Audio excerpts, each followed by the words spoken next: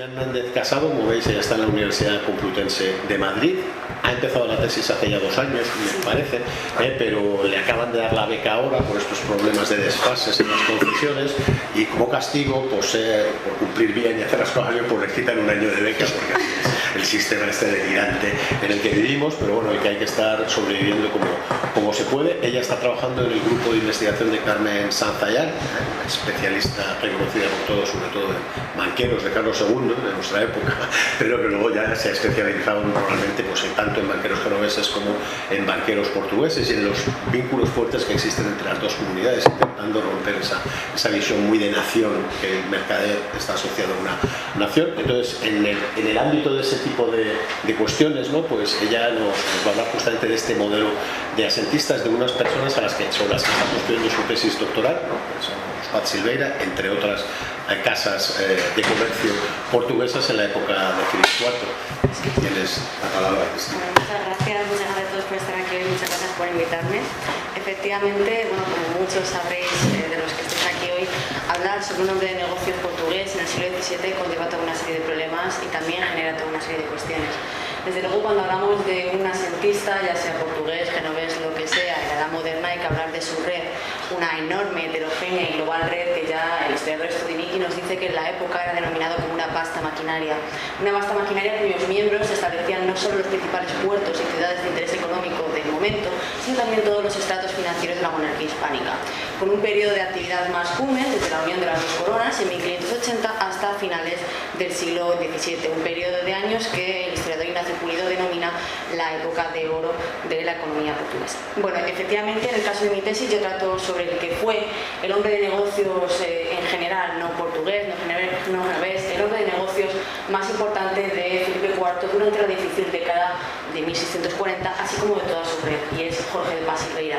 Para este tipo de estudio nos hemos decantado por una perspectiva de red egocentrada, centrándonos en la cabeza de este banquero, que no es sino la copa de una red extensísima que va debajo de él, en un intento de ver un poco las vinculaciones que este personaje tiene con sus contactos, el carácter de estos contactos, el peso y por supuesto las consecuencias de las mismas. También hemos optado por, bueno, intentando en parte evitar un poco esta fragmentación que se ha hecho más en la historiografía de red familiar, red política, una visión un poco más global. También hemos optado por un análisis más cuantitativo que cualitativo, perdón, al revés, cualitativo que cuantitativo, aunque conocemos perfectamente las limitaciones que esto tiene, porque por ejemplo, si nosotros nos decantásemos por este tipo de estudio y solo estudiásemos papeles inquisitoriales, creeríamos que los asentistas portugueses o los hombres de negocios portugueses en sí solo comercian con personas de su nación, cosa que sería pues una falacia en nuestra investigación.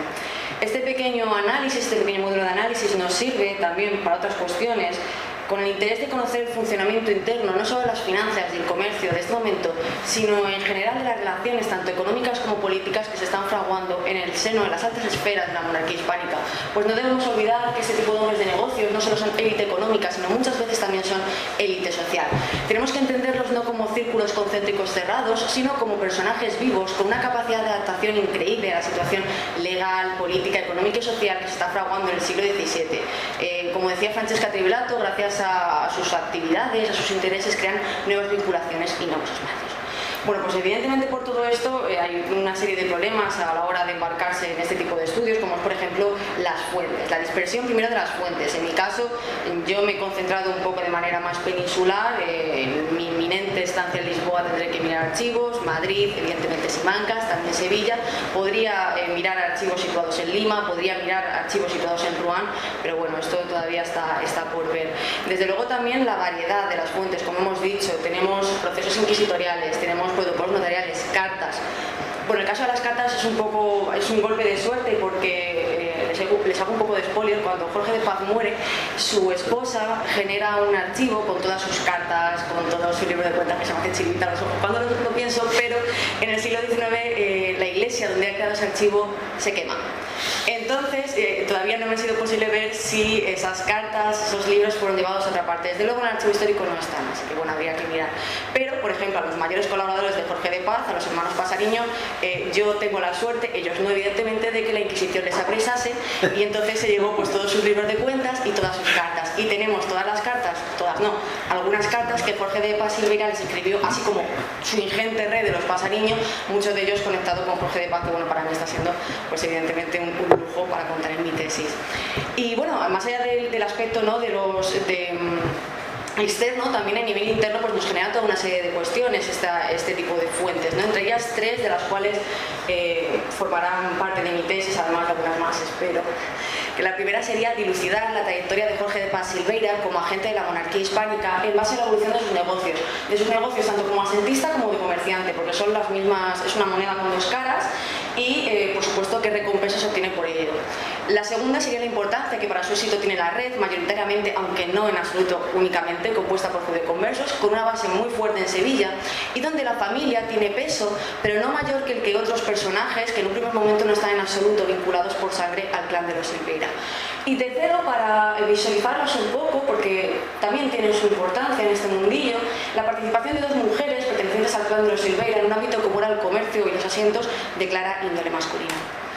Si empezamos por el principio, evidentemente, tenemos que decir que Jorge de Paz nace en Lisboa, aproximadamente en 1580, no está muy claro, en una familia donde los cristianos nuevos y los cristianos viejos, los antepasados, ¿no?, de esta familia, tanto cristianos nuevos como cristianos viejos se entremezclan, y eso sí, con una fortuna familiar procedente del comercio transatlántico lingüeta. Les traigo unos cuantos ejemplos de lo que es el núcleo duro comercialmente hablando de este clan, porque si me permite la expresión, cuando Jorge de Paz llega a las finanzas de la monarquía hispánica no es una seta. Este señor tiene una experiencia previa, tanto comercial como de finanzas de la monarquía hispánica, que se lo van a dar desde luego todas las personas que antes de él han iniciado un camino en esto. Bueno, aquí, como digo, el núcleo duro del comercio está su padre, en azul, Diego López de Lisboa, su tío Fernando López y su abuelo materno Fernando de Baeza, que va a ser el que incluya a sus familiares políticos dentro de sus negocios, que son negocios vinculados sobre todo con el lejano oriente, Macao, Nagasaki, Goa y Malaca también. Luego, en marrón, hermanastro de Jorge de Paz Silveira, Fernando Jorge de Silveira, que junto con un sobrino desconocido para la historiografía hasta ahora, García Fernández, se mudarán muy pronto a Goa, donde establecerán un comercio ingente, sobre todo de telas, para abastecer a otros miembros de la familia Silveira, así como a otros personajes, sobre todo portugueses, residentes en Sevilla. Finalmente, el hermano de Jorge de Paz, Antonio de Avis, muere en Guinea. Previamente había estado en Angola viviendo, así que ustedes se pueden imaginar a qué se dedicaba este señor, ¿no?, a los esclavos, de manera bastante fuerte. Sin embargo, el clan Silveira fue una de esas familias que supo adaptarse de manera perfecta a los cambios culturales que se estaban produciendo en el siglo XVII, y así poder aprovechar las oportunidades de comerciar con el filón en este momento, que es la monarquía hispánica. Entonces, antes de Jorge de Paz Silveira, 2 personajes sobre todo, el de Verde no está muy del todo claro, mi próxima estancia en Lisboa, de la cual no necesito tanto porque esto es de lo que menos sé de mi tesis, lo dirá, pero yo creo que estas 2 personas son las que le abren un poco la puerta a Jorge de Paz Silveira. Desde luego su tío, el morado Pedro de Baeza, es un señor que antes de cumplir 20 años se ha mudado a Goa, va a residir también en Nagasaki y en Malaca, para en 1580, por supuesto comerciando, para en 1580 volver a Lisboa y allí empezar, justo en el momento de la unión de las 2 coronas, a hacer asientos con la monarquía hispánica. Es verdad que son asientos en pertrechos navales, pero por la calidad y la cantidad de los mismos no son nada desdeñables. Con esa idea de hacer asientos se muda en 1590 a Madrid, donde abre su red y encontramos a miembros de la familia de los banqueros de los Simón Ruiz. También empieza a tener trato con banqueros milaneses y banqueros genoveses, a ustedes les sonarán los Palavecín, los Lelio, los Imbrea, que luego tendrán trato con Jorge de Paz. Y también comienza a arrendar rentas reales, para que se hagan ustedes una idea de las 2 más importantes, la de la Saca de las Lanas y la de los puertos secos entre Castilla, Navarra, Aragón y Valencia. Toda esta experiencia le sirve para entre 1607 y 1609, sin abandonar su faceta como comerciante, iniciarse como arbitrista de Felipe III y escribe 6 memoriales, donde con esa experiencia que había ganado en su juventud, aconsejará al monarca cuáles son las mejores medidas para mejorar el comercio en el lejano oriente. Le va a gustar mucho a Felipe III y le nombra en 1613 factor real internat en las Molucas, con tan mala suerte que este señor se muere en 1614, impidiéndole pues ver otra vez, ¿no?, los territorios que le habían visto crecer como comerciante. No sin ello haber iniciado ya en su educación a su homónimo y sobrino Pedro de Baeza de Silveira, quien comienza también trasladándose muy joven, con 16 años, está viviendo en Goa. Pero ya para 1624-1625 está visitando lugares como Cartagena, Cabo Verde y Guinea, con un permiso especial de su majestad, y allí establece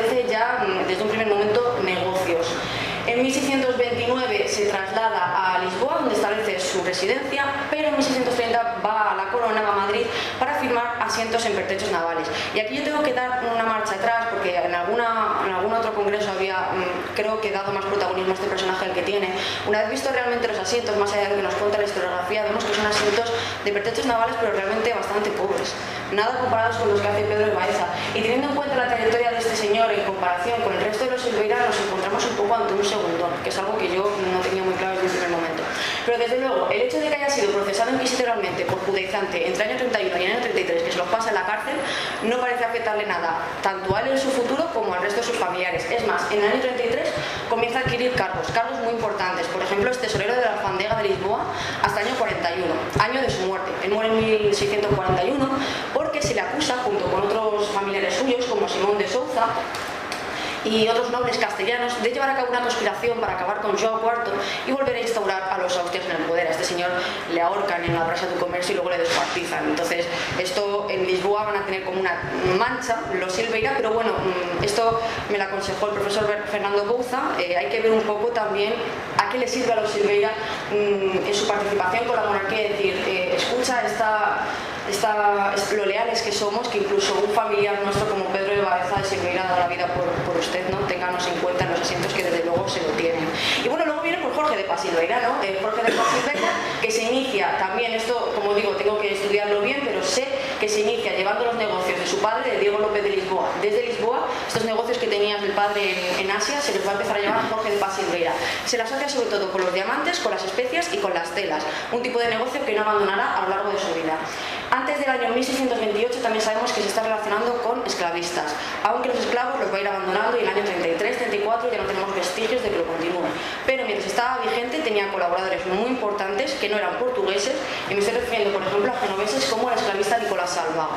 También será en este momento cuando empiece a tener contacto con los que serán sus grandes compañeros en los asientos, como Fernández, Duarte Fernández, o miembros del clan Paz Tinoco, Manuel de Paz, que pasó una temporada en Asia, o Fernando Tinoco, como digo.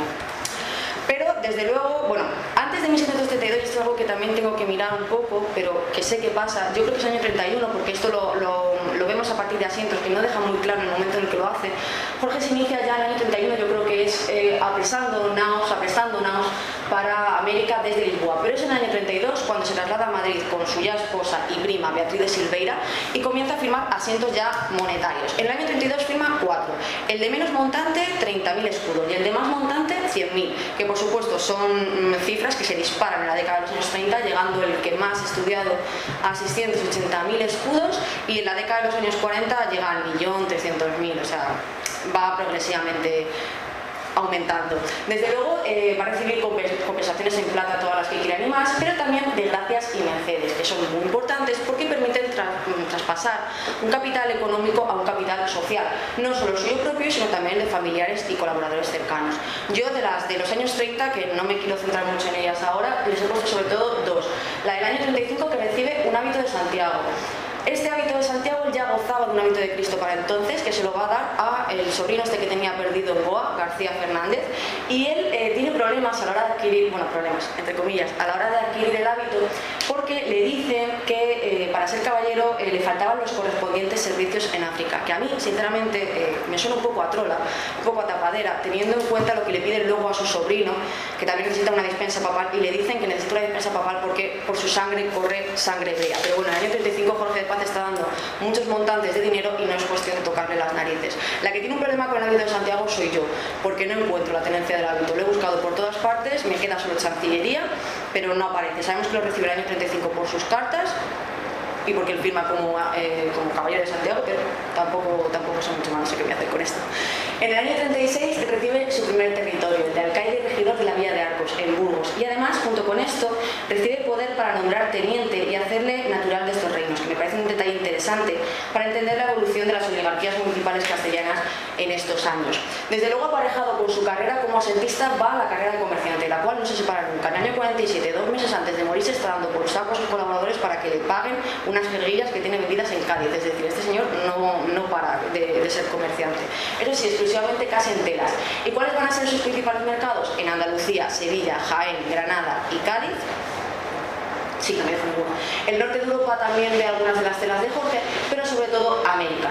porque no es algo exclusivo del clan Silveira, le pasa a los Fernández, le pasa a los Lisboa, le pasa a los Paz Tinoco. Vamos a ver cómo se ha pasado de una etapa en la cual, esto se ve también en la red de los mercaderes, de los hombres de negocios, una etapa más vinculada al Asia, con muchos personajes que se ve claramente que tienen una vinculación con Goa, que tiene una vinculación con el núcleo lisboeta, con otras plazas como Juan, a ver cómo se participa con personajes que residen en Sevilla, que son especialistas en girar letras para los asientos al norte de Europa y de comerciar con América.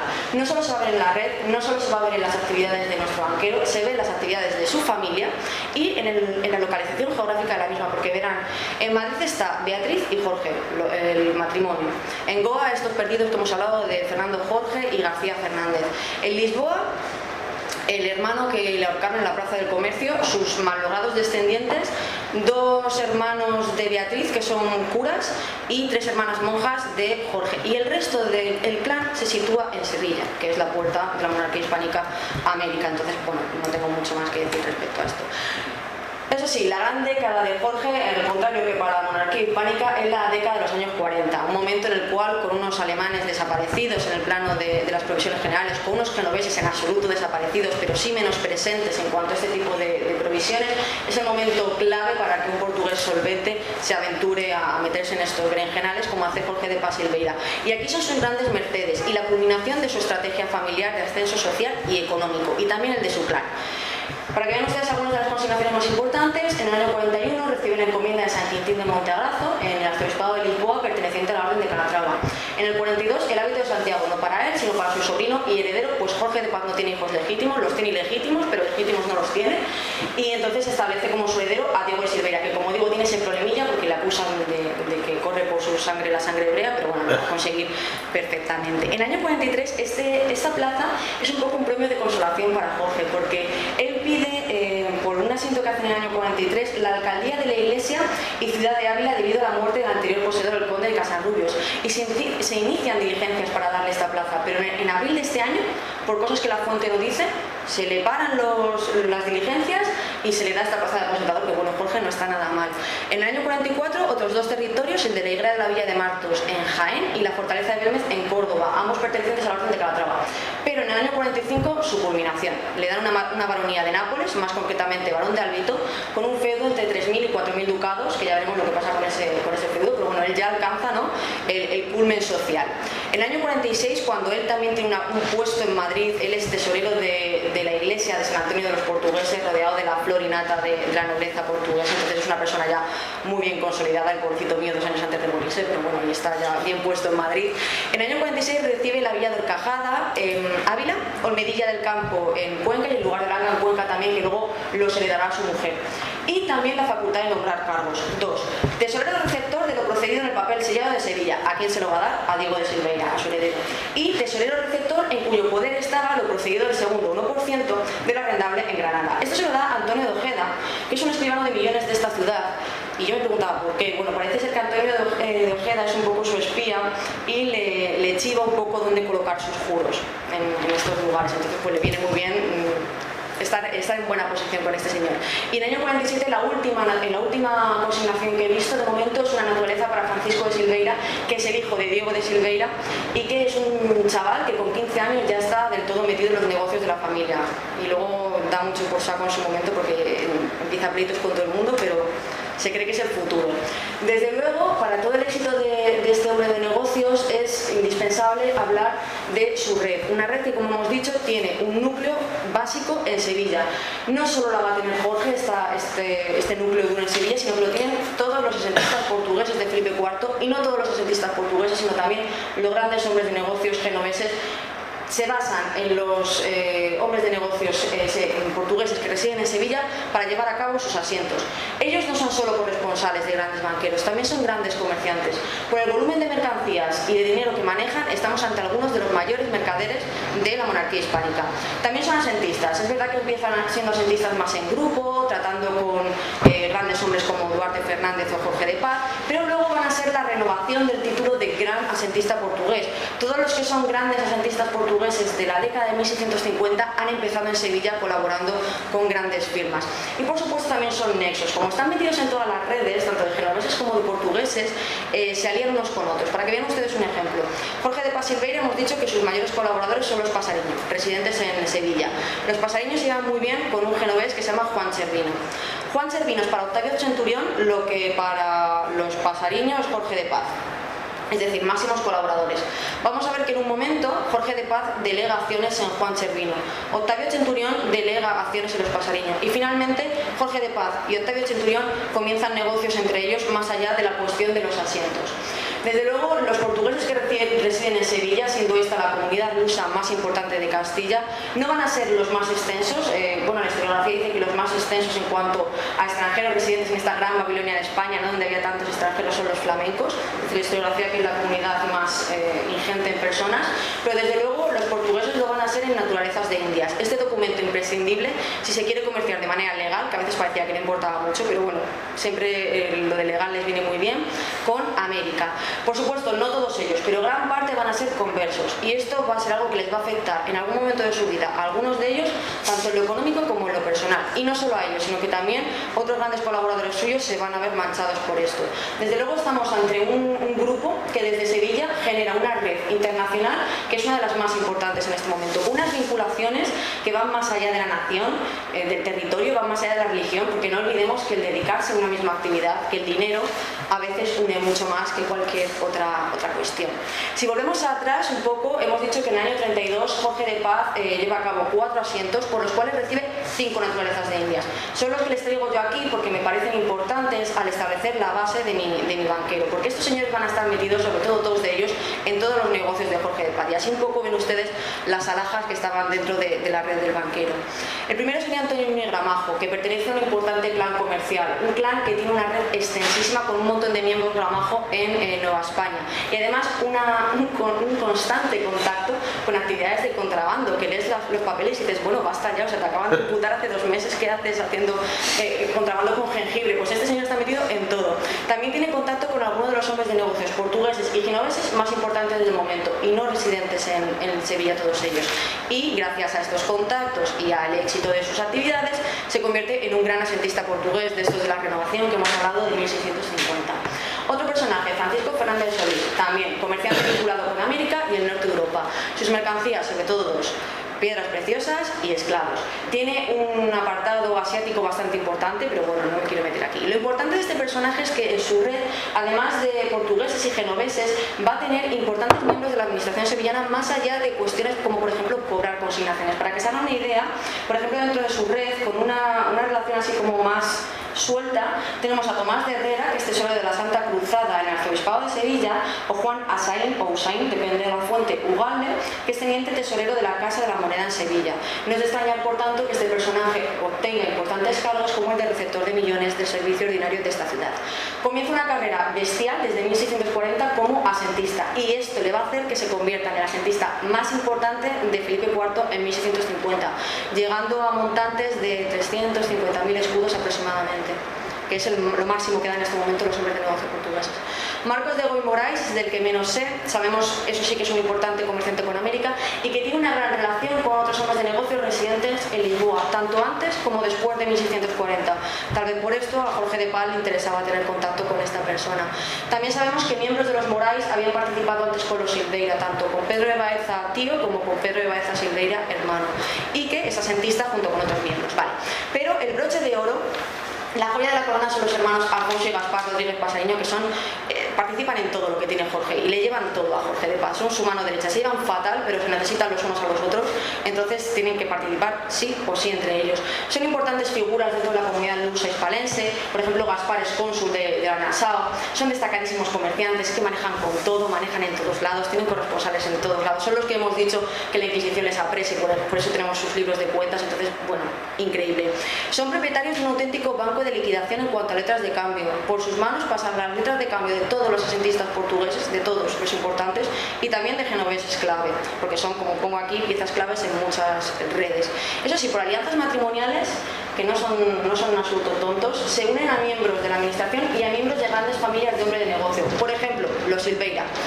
Una sobrina de Jorge de Paz, desconocida hasta este momento, Beatriz de Silveira, se va a casar con el primo de los Pasariño, Ruy López de Silva, que es lo que son los Pasariño a Jorge, Ruy López de Silva es a Manuel de Paz y a Fernando Tinoco. Entonces vamos a ver un acercamiento también entre los Tinoco y los Silveira muy grande. Son asentistas, primero junto con Jorge de Paz y otros residentes sevillanos. Esto en el año 42 es un documento que he visto hace 4 días, y es que participan tímidamente los asientos extraordinarios de este año. No se enteran muy bien de qué va nada en este momento, dan como un poco de montante, están preguntando constantemente, oye, ¿esto cuándo se cobra? Y les dicen lo que tiene experiencia, no te queda ni nada hasta que no vengan los barcos y ya sí, total, pero les están preguntando constantemente. Y en el año 45 se sienten lo suficientemente fuertes como para mudarse a Madrid y llevar a cabo una carrera como asentistas en solitario.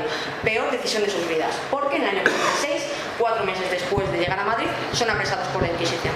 Alfonso, el hijo de este, Diego Manuel de Castro, y un colaborador muy cercano, también familiar, Esteban Luis Diamante, dan con sus huesos en la cárcel. Gaspar se escapa, Gaspar no se sabe dónde está, a Gaspar se le pilla al final, se le pilla montando, parece ser, camino a Venecia, que se esconde allí porque tiene una fuerte vinculación con los venecianos, es obligado a sacar todo su capital de España a Venecia, y en el año 49 le vemos como cónsul de la Nassau portuguesa en Amberes. Es decir, este señor tiene contactos en todos lados y no se pierde. Eso sí, la historiografía nos dice que ellos continúan trabajando con Felipe IV. Bueno, yo eso es algo que no he visto realmente. Tanto sus nombres como los de sus descendientes desaparecen. Eso sí, otros miembros de su clan, no. Tenemos a Simón Fonseca, que mete a sus hijos dentro del gobierno de Carlos II en posiciones muy rentables. Tenemos a otros personajes pertenecientes a este clan que continúan, pero ellos dos, desde luego, desaparecen. Sé que Alfonso sale de la cárcel por un papel, un billete que hay que dice que ha salido, pero no se sabe nada más de ellos. Evidentemente podría meterme en todos los núcleos de la red de Jorge de Paz, no es el caso. Aquí les pongo 2, simplemente para que vean un poco con quién se trata este señor. Me faltaría Andalucía, tiene un núcleo muy importante en Cádiz, tiene un núcleo muy importante en Granada, otro en Jaén, me faltaría América también, pero bueno, para que vean ustedes muy rápidamente. En Madrid, ¿con quién se lleva? Con los asentistas y comerciantes portugueses. Ya lo he mencionado, Manuel de Paz, Fernando Tinoco, Duarte Fernández, que a pesar de ser el segundo asentista portugués más importante, no tiene tanto contacto con él. Con Duarte Brandón sí, Duarte Brandón va a merendar todos los días a casa de Jorge de Paz y tiene mucho trato con él con las ropas. Y luego, bueno, a mí este me encanta, el Juan de Silva de Lisboa, porque no todos son rosas en la red de Jorge de Paz. Este personaje es un asentista un poco de segunda de Felipe IV que reside en Lisboa hasta el momento de la revuelta. Y en el momento de la revuelta tiene que huir a Madrid. Se lleva muchísimo con los hermanos Pasariño, por eso tenemos sus cartas. Y resulta que en el año 41 les escribe una carta. Este señor tiene una prosa en portugués y en castellano magnífica. Y les escribe una carta a los Pasariño, esto entra un poco dentro de la anécdota, pero para que vean ustedes, una carta de 4 hojas donde empieza a decir que traidor el duque de Braganza, que la ha obligado a irse de su casa, porque tal. Y el tío seguía. Y acaba la carta diciendo que él reniega de su procedencia portuguesa, pero no reniega de su procedencia portuguesa por el duque de Braganza, reniega porque al ser portugués se le está vinculando con personas literalmente tan asquerosas como Jorge de Paz Silveira, que reside en Madrid, es decir, se llevan a matar. Y gracias a él tenemos pues un poquito la cara oculta de Jorge de Paz, que tú lo lees y dices, really, George, ¿qué estás haciendo? O sea, ¿a qué te dedicas con esto? Bueno, está bien, yo me lo paso muy bien con él. Luego, asentistas genoveses, tenemos a Octavio Centurión, miembros de la familia Palavecín, Julio César Escachola y bueno, Francisco Centani. Francisco Centani es un personaje que va a tener bastante importancia como persona económica con Carlos II, parte del reinado de Carlos II. Es una persona que le ha estudiado muy bien mi tutora, doña Carmen Sanzallán, pero del que no sabíamos cuáles eran sus orígenes. ¿De dónde sale este señor que tampoco es una seta cuando aparece con Carlos II?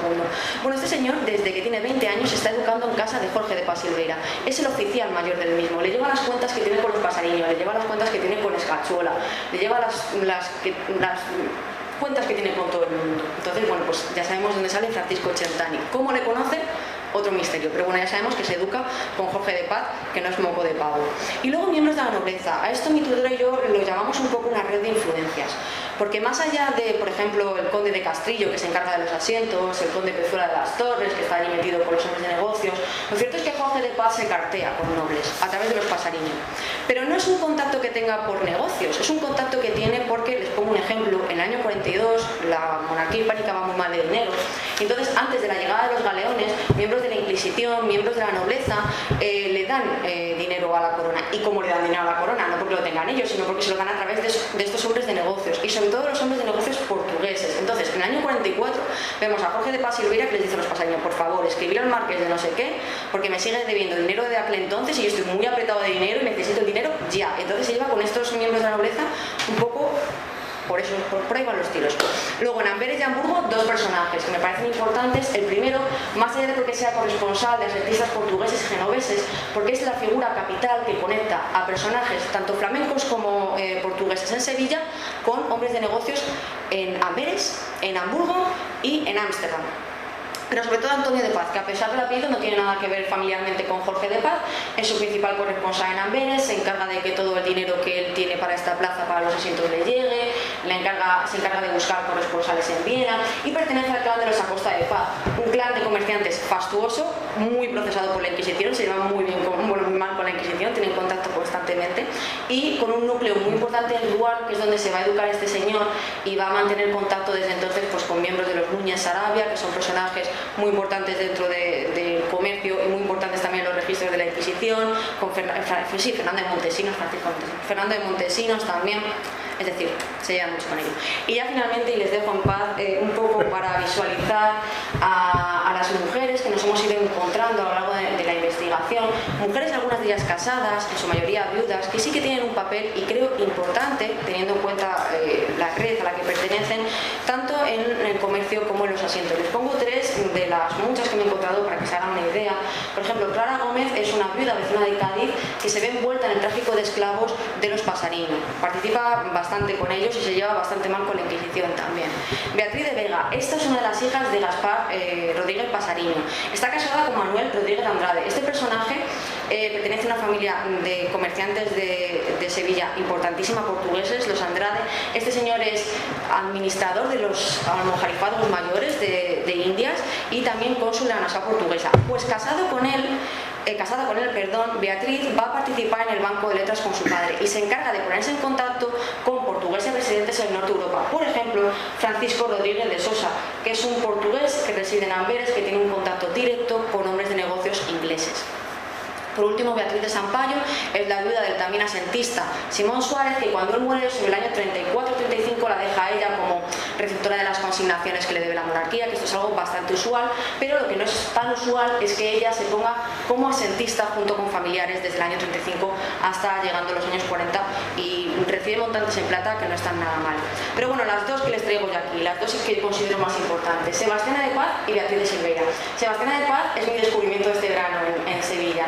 Ella es hija de la madre de Jorge de Paz Silveira de un primer matrimonio y es hija también del padre de Jorge de Paz Silveira por un primer matrimonio. Se casa con su hermanastro, con Francisco de Silveira, y el matrimonio se va a Sevilla, donde tiene a los herederos de Jorge de Paz, el mencionado Diego de Silveira, Juan Luis de Silveira, Beatriz que no aparece aquí, Beatriz de Silveira, la sobrina, etcétera, etcétera, etcétera. No sabemos todavía si durante su matrimonio inició una carrera como comerciante. Esto sí, ella es puramente comerciante. Lo que sí sabemos es que a partir del año 35, que ya sabemos que Francisco Silveira está caput, se ha muerto, Sebastiana de Paz inicia una carrera como comerciante con América que parece que es una, me van a perdonar, que es una bastada, o sea, lo tengo que mirar más en profundidad, pero parece ser que esta señora comercia con América de una manera increíble.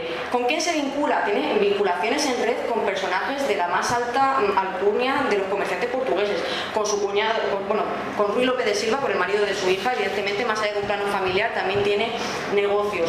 Jorge de Acosta, que es un asentista residente en Madrid con un trato por los esclavos fastuoso. El padre del mismo, Melchor Méndez de Acosta, que tiene mucho trato con los hombres de negocios portugueses en el norte de Europa. Miembros de los Sarabia, personajes que están en contacto con la administración sevillana como Simón Rodríguez. Bueno, esto le va a dar a Sebastián de Paz, al parecer, mucho dinero, y también el monarca coloca sobre su cabeza juros en Burgos.